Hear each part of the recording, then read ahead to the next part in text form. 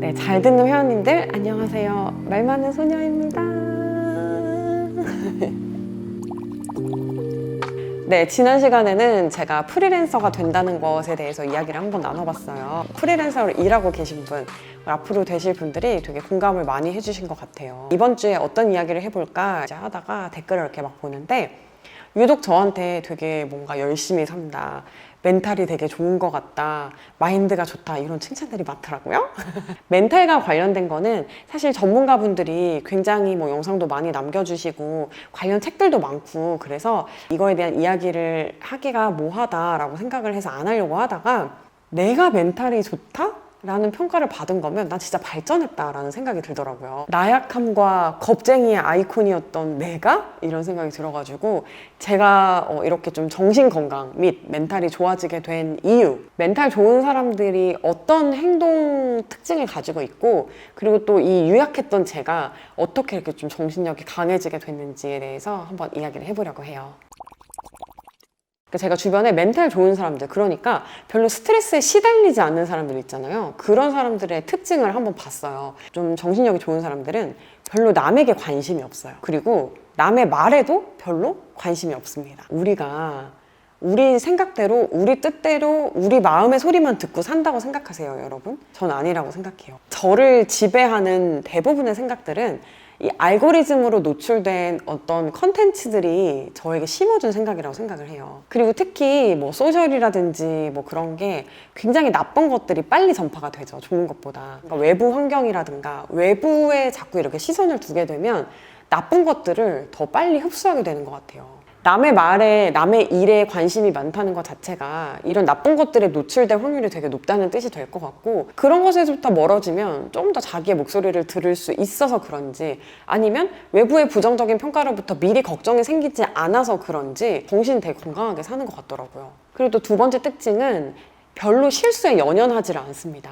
사람이니까 당연히 실수를 하죠. 멘탈이 좋다는 게 일을 잘하거나 실수가 없다는 걸 뜻하진 않거든요.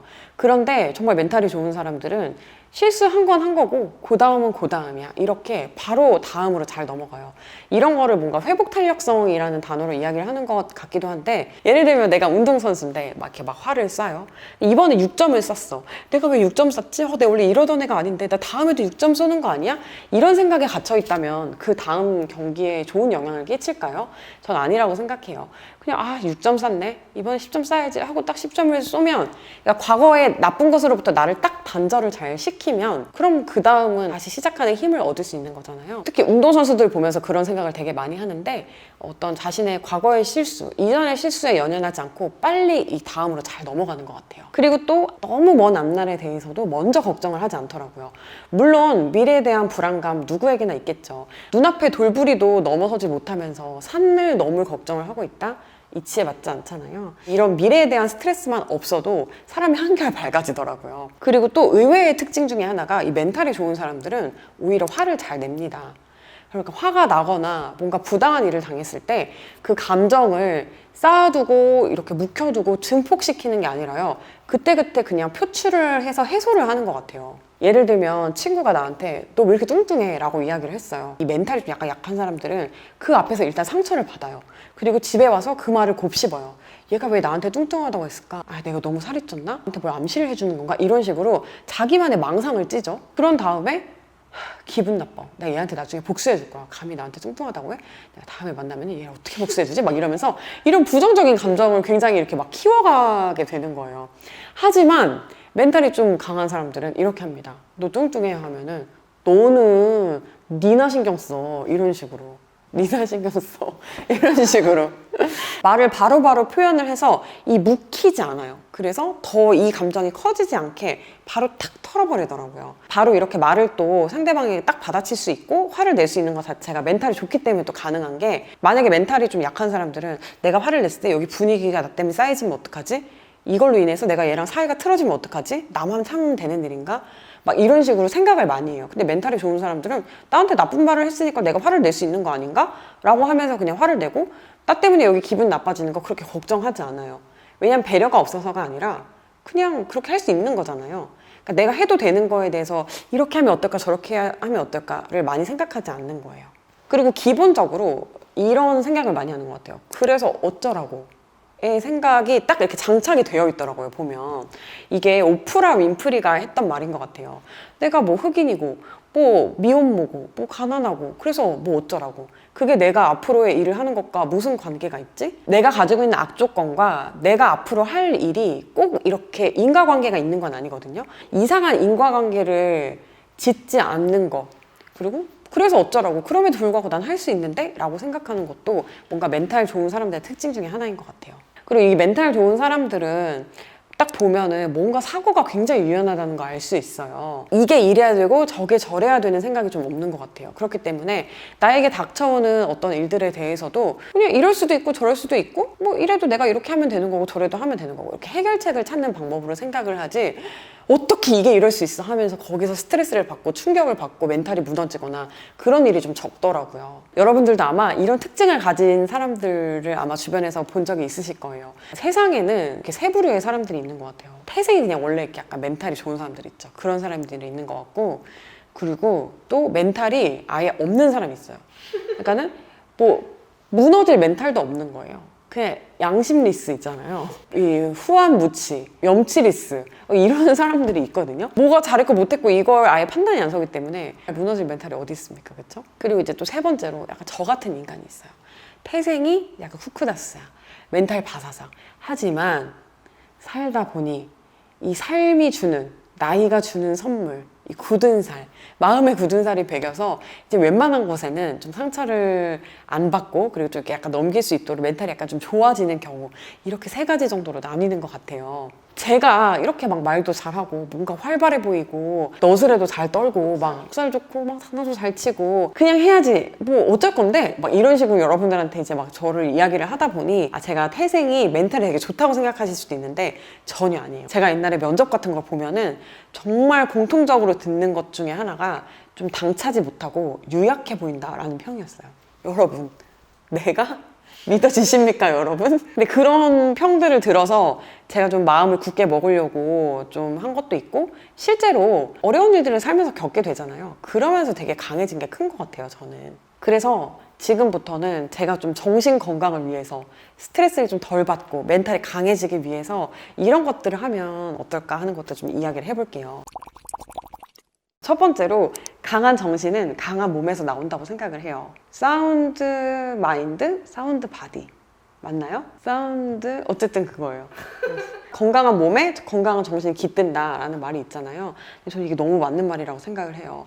이 상냥함과 인성은 어디서 나온다? 체력에서 나온다. 인심은 어디서 나온다? 탄수화물에서 나온다. 여러분, 몸이 아프고 체력이 떨어지면 피곤하고 신경질이 나기 때문에 이 멘탈이 좋아질 수가 없습니다. 그래서 우리 예전에도 머리가 좋아지기 위해서 운동을 한다고 했던 것처럼 멘탈이 좋아지기 위해서는 좀 아픈 데가 없어야 돼요. 일단은 운동하세요. 저도 할게요. 그리고 이제 또 제가 불안이나 어떤 스트레스를 많이 없앴던 습관 중에 하나는 일을 미루지 않는 거예요. 물론 미루죠, 저도. 그게 약간 딱 코앞까지 가야 이제 그제서야 이제 약간 마우스 들고 키보드 치고 일하고 이제 이럴 때도 있지만, 그래도 미루지 않으려고 많이 노력을 하는 편이에요. 제가 이렇게 보니까 일을 막 열심히 하고 있을 때는 스트레스를 그렇게 안 받아요. 힘들 뿐이야, 그냥 몸이. 근데 제일 스트레스 받을 때는 할 일이 쌓여가지고 걱정이 늘어 있는데 거기서 아무것도 하기 싫어서 안 하고 빈둥빈둥 될 때, 머리는 바쁘고 몸은 놀고 있을 때, 그때가 전 제일 스트레스 받더라고요. 그걸 깨달은 순간부터는 일을 웬만하면 미루지 않으려고 합니다. 일을 미루지 않으면 쌓여있는 일이 없기 때문에 머리도 좀 덜 복잡해지고요. 그리고 누군가 저한테 이렇게 체근하는 사람이 별로 없어지잖아요. 그것만으로도 굉장히 마음의 여유가 생기더라고요. 그리고 또 정면 승부를 해보는 거, 이거 정말 중요한 것 같아요.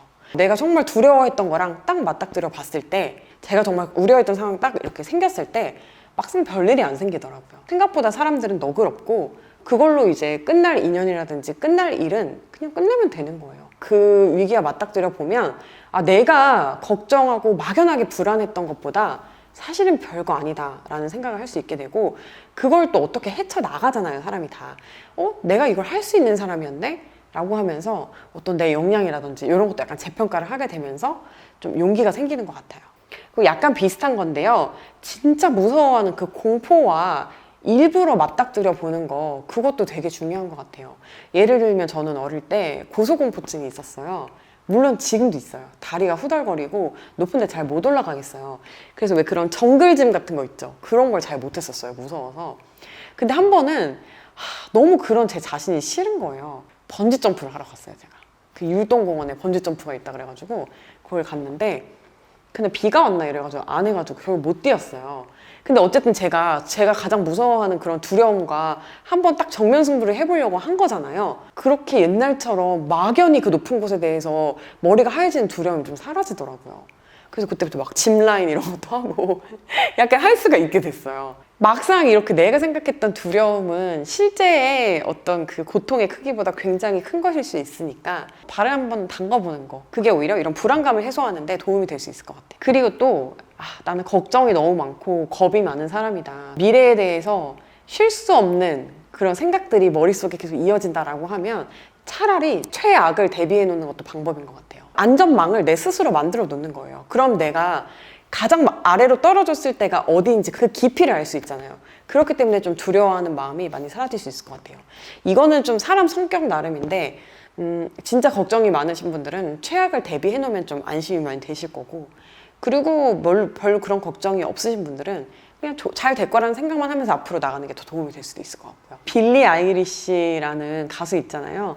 그 가수가 한 말이 너무 인상 깊었는데요. The fact that I'm gonna die one day Yeah. and that everyone around me is gonna die and no one will remember me after a certain point makes me feel so good. Like, cause I could do the best thing in the world and nobody would remember it ever and I'll die and it won't matter and everyone else around me will die and it won't matter. Or I could do the worst thing in the world and that won't matter cause I'll die eventually. So you don't really have to worry that much. 내가 아무리 멋있는 걸 만들어내도, 그리고 내가 아무리 이상한 또라이 짓을 해도 결국에는 우리가 모두 죽고 나는 잊혀질 거라는 거죠. 그 사실이 너무나 안도되게 만든다라는 말을 했어요. 그리고 어쨌든 내가 살아있는 동안은 사람들은 날 기억할 거잖아 라고 생각을 했는데, 조금 더 생각을 해보니까 날 기억하는 사람들도 어차피 죽을 거잖아요. 내가 만들어 놓은 거 없어질 거잖아요. 그러니까 내가 하는 모든 발자취에 너무 의미를 둘 필요도 없고, 그게 모든 사람에게 기억되는 것 때문에 너무 스트레스를 받을 필요도 없고, 내 평판이라든지 남의 시선에 너무 신경을 쓸 필요가 없겠다, 이렇게 생각이 들더라고요.